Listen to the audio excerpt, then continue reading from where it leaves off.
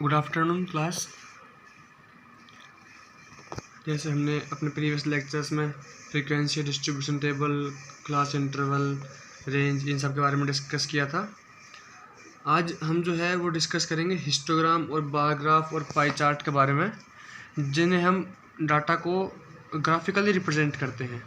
ये जो मेथड्स हैं हमारे पास, बार ग्राफ, हिस्टोग्राम और पाई चार्ट, इनसे हम जो डाटा हमें जो गिवन रहता है उसको हम ग्राफिकली रिप्रेजेंट करते हैं। पहले तो हमने क्या था, टेबल बना ली, टेबल में हमने डाटा लिख दिया, फ्रीक्वेंसी लिख दी उसकी। अब हम जो है अब रिप्रेजेंट करेंगे ग्राफिकली। सबसे पहले तो हमारे पास आता है histogram. The graphical represent of A group data is called histogram. कि जब किसी ग्रुप डाटा को, जैसे हमारे पास क्लास इंटरवल थे, वो कैसे लिखते थे, इसके अंदर टेबल बना ली 0 to 10 4। अगर हम इसी को ग्राफिकली रिप्रेजेंट करें तो हिस्टोग्राम में रिप्रेजेंट करते हैं, तो इन्हें हम बोलते हैं हिस्टोग्राम।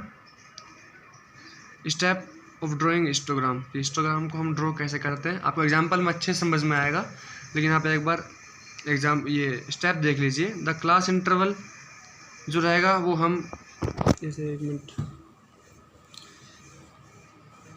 ऐसे एक ग्राफ ड्रॉ करेंगे।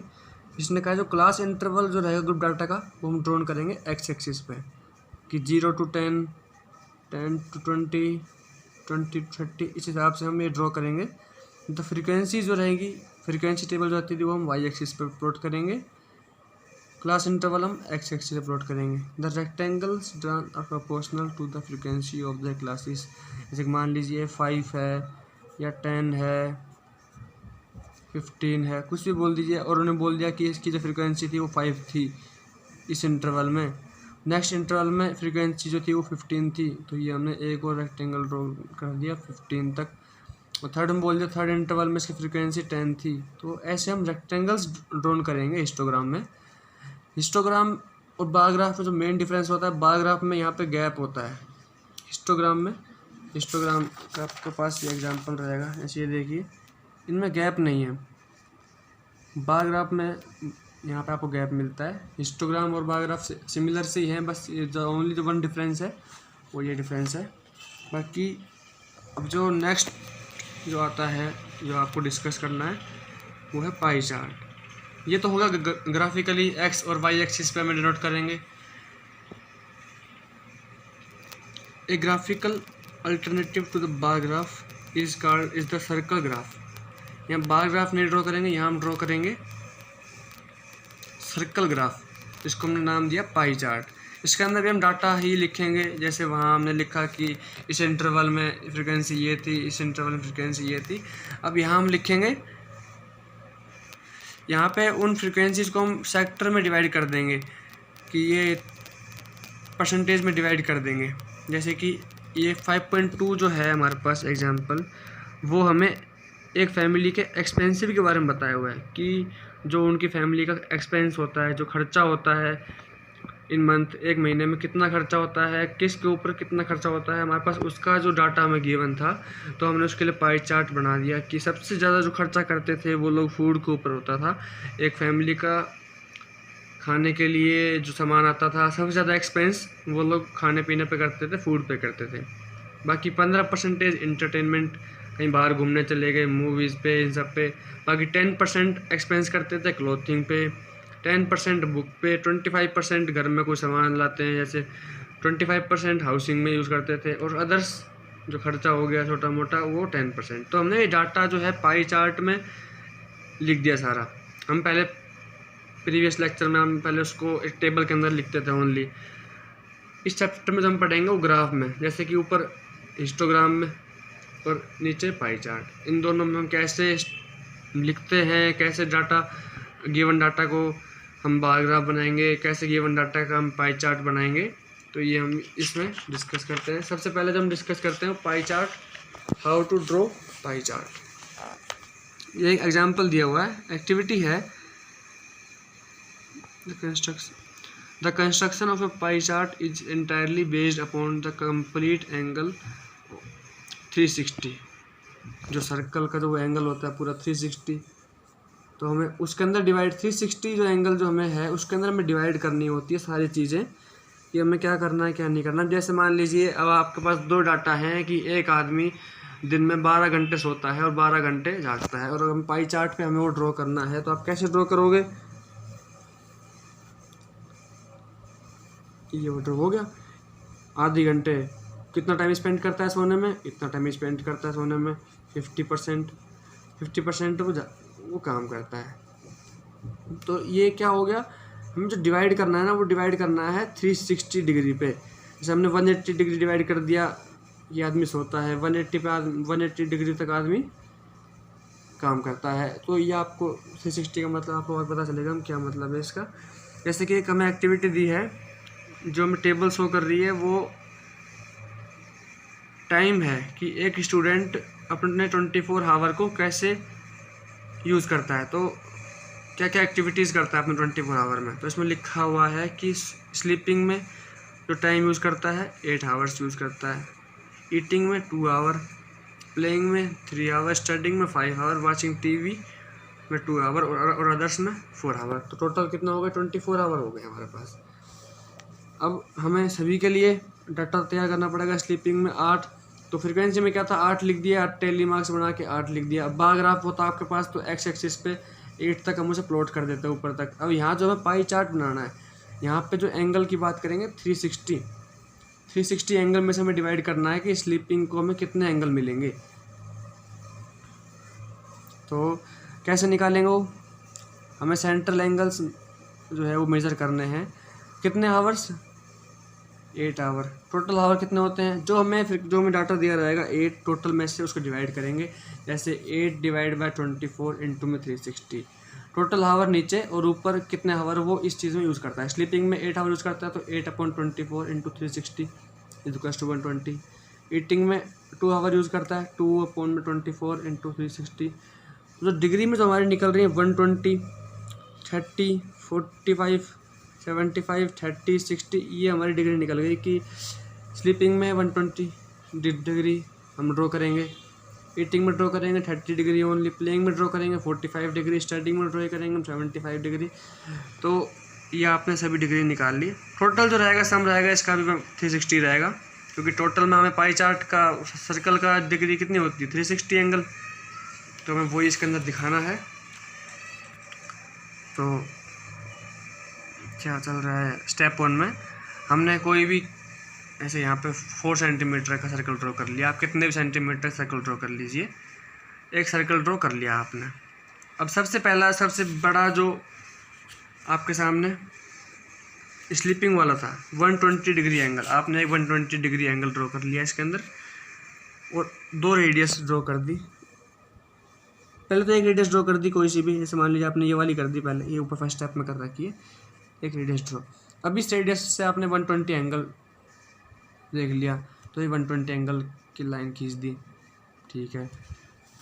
सेकंड आपने देख लिया 30 डिग्री एंगल, तो आपने नीचे 30 डिग्री एंगल वाली लाइन खींच दी, ये वाला एंगल। अब ये वाला एंगल हो गया आपका 120। 360 में से 120 डिग्री एंगल आपके स्लीपिंग ने ले लिया। अब आप इस एंगल पे और कुछ ड्रॉ नहीं करोगे इसके अंदर। अब जो है 30 डिग्री आपको ड्रॉ करना था, तो आप नीचे ड्रॉ करोगे 30 डिग्री। 30 डिग्री किसका था? आपका ईटिंग का, तो वो 30 डिग्री जो है वो ईटिंग का हो गया, अब उसके ऊपर नहीं ड्रॉ करोगे। फिर नेक्स्ट आपका 45 था वो प्लेइंग का, 30 होगा ईटिंग का, 45 आपके पास प्लेइंग का, ये आपने ड्रॉ कर दिया। 75 आपने ड्रॉ कर दिया अपने स्टडी का, फिर लास्ट में यहाँ पे लिख दिया। टोटल जो है 360 के 360 कवर करना है, क्योंकि टोटल आपके पास भी 360 है, तो आपको टोटल 360 कवर हो जाएगा। उसके अंदर आपका स्लीपिंग का आ गया, ड्रॉ करा जाओ आपने 120, ये लिखना नहीं है आपको 120, ये आपको नॉर्मली ड्रॉ कर लेना है। अब आप ऐसे ड्रॉ तो यहाँ पर लिख, उसके बाद लिखना sleeping 8 hour, others 8 hour, watching TV, study, playing, reading. तो इस हिसाब से ये आपको पाई चार्ट ड्रॉ करने होते हैं। जो हमें नंबर दिए रहेंगे फ्रीक्वेंसी टाइप की, वो अपॉन में टोटल फ्रीक्वेंसी इंटू में 360। यहाँ पर टोटल आवर कितने होते हैं एक दिन में 24, और हमें 8 आवर स्लीपिंग पे दिए हुए हैं, तो 8 डिवाइड बाई 24 हर एग्जांपल में। अब नेक्स्ट एग्जांपल हम पहले चाहिए पाई चार्ट का देखते हैं। चलो पहले पाई चार्ट का देख लेते हैं, उसके बाद एक एग्जांपल हम हिस्टोग्राम का भी सोल्व करेंगे। Mrs Rama Durrani earns 20,000 in a month. His expenditure on various utilise is shown as below. ठीक है, ये हमें परसेंटेज में दिया हुआ है और परसेंटेज कितनी होती है, 100% होती है लास्ट, तो टोटल 100% ही रहेगा। अब इसने क्या बताया है अपने एक्सपेंडिचर कि इसके जो खर्चे हैं, इलेक्ट्रिसिटी में निकल जाता है 35%, मोबाइल में निकल जाता है इसका 30%, वाटर में 12% और गैस में 23%, टोटल परसेंट 100। अब क्या करना है, 35 डिवाइड बाई 100 इंटू में 360, वो निकल जाएगी आपकी इलेक्ट्रिसिटी की। हमें सेंट्रल एंगल तो मेजर करना है। सेंट्रल एंगल निकालने के लिए हमें given frequency divide by total number, total जो होती है इसकी, वहाँ पे टोटल कितना 24 आवर्स, यहाँ पे परसेंटेज में आपको पता है 100% तक होता है। 35 डिवाइड बाय 100 इंटू में 360 एंगल हमें सभी के साथ मल्टीप्लाई करना है।